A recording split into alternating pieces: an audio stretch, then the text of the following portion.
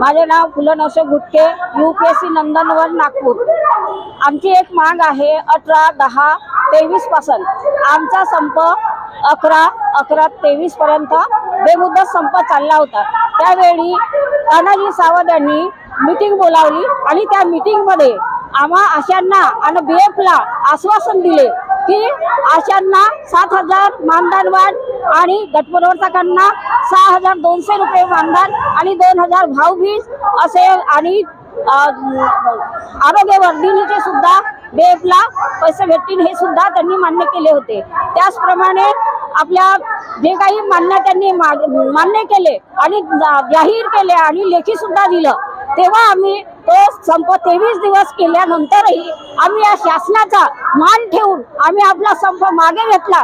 या शासनाने आमच्या सोबत बेईमानी केली, BF सोबत आणि आशा गटप्रवर्तकांसोबत एवढी मोठी बेईमानी केली की हा आशा एक दिवस या सरकारला 2024 ला यांना सबक शिकवल्याशिवाय राहणार नाही।